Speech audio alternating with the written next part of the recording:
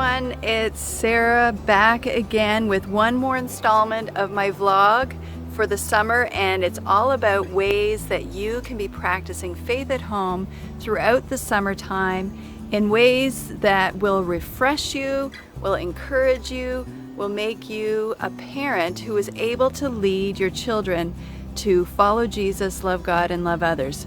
So that's what this is all about, and as parents we really want to invest in our children. We want the best for them, but that also means that we need the best for us as far as faith formation, growing in our faith.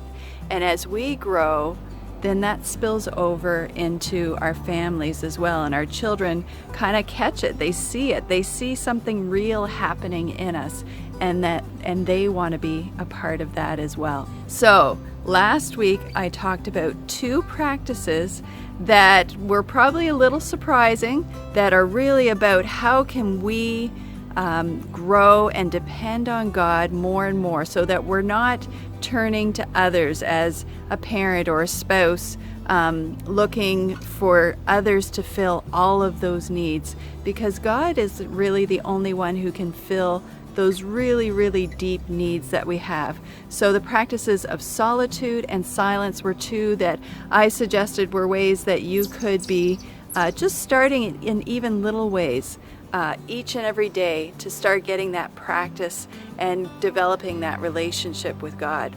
Now, the one I have this week is very different. It's on the whole other side of things. It's not about being alone, it's being with others, and it's the spiritual practice of celebration. So celebration really is about having intentional parties. So we want to intentionally be partying as much as we can this summer.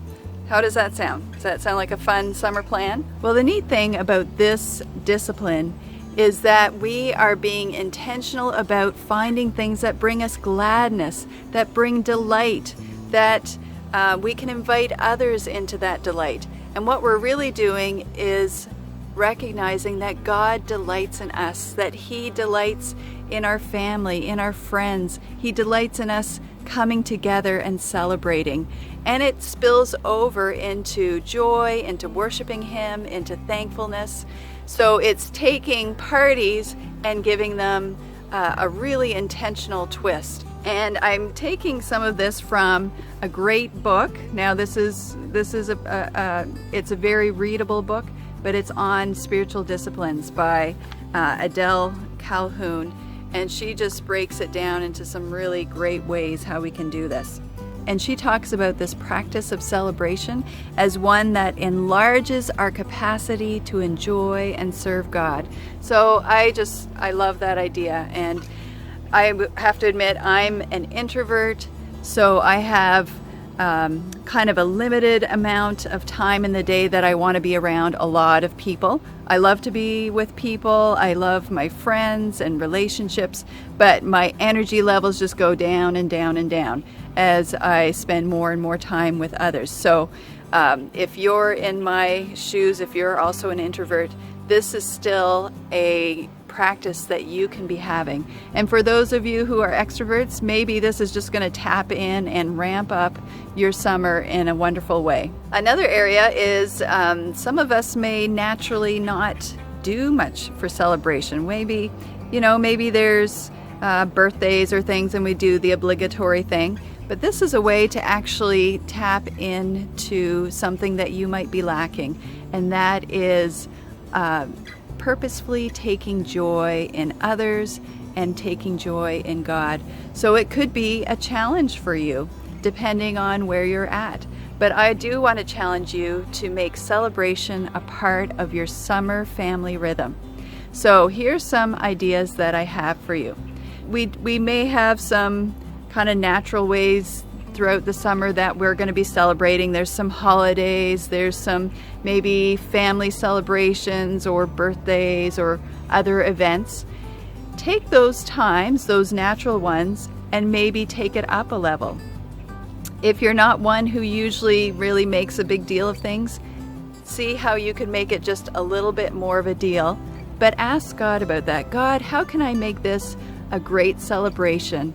Thinking of things that bring gladness, that bring delight, thinking about what could delight others. And maybe it's about thinking about the people around you and how you can bring them delight. It's another way that we can be practicing community together. So is there another family in your church community that you could invite to celebrate with you? Are there some neighborhood friends or people that you've lost contact with that you could say, hey, come on over, we're going to have this celebration and we want to have you with us? But aside from some of those regular spots that we celebrate, maybe pick a random day in the week and say, you know what, this is going to be our special celebration day. And ask everyone in your family, what's something that would make a celebration really special for you? Maybe it's having lots of balloons. Maybe it's having a special dessert or a special menu item. And let everybody have input on it, and then work together to put that celebration together. You don't have to do it all by yourself. Get everyone involved and make it a celebration that everyone's going to delight in. And as you have your celebration, take time to say, God, what do I notice during this celebration? How am I experiencing delight in a new way? How am I experiencing your delight in me? How am I experiencing your delight in others? And it's a way that we can really connect with God in a new and fresh and exciting way. So I want to hear about your party plans for this summer. And I'd love to hear in the comments some ideas that you have, ways that you love to celebrate. Maybe you can give us some ideas. I know I need some ideas sometimes. I'm not big into like decorating. I have my standard balloons and birthday signs that I use all the time, so I might need a few more tips on how to ramp that up. So I'd love to hear your ideas about celebrations and what you've done or what you plan to do. So don't forget to hit the like button, to subscribe and hit for notifications if you haven't done that already, and share this with someone you think it could be an encouragement to. I'd also love to hear if there are any things that you would like me to talk about. When I come back in the fall, I'm going to be continuing the vlog, and I would really like to know what is on your heart as a parent. What are some things you would like to go deeper in? So I've given you lots of ideas to have an awesome summer, to be practicing faith at home intentionally, but remembering that you're not alone, that we are here together in the body of Christ. And I'm here to encourage you, and I would love to hear some encouragement from you as well. Have a great summer, everyone.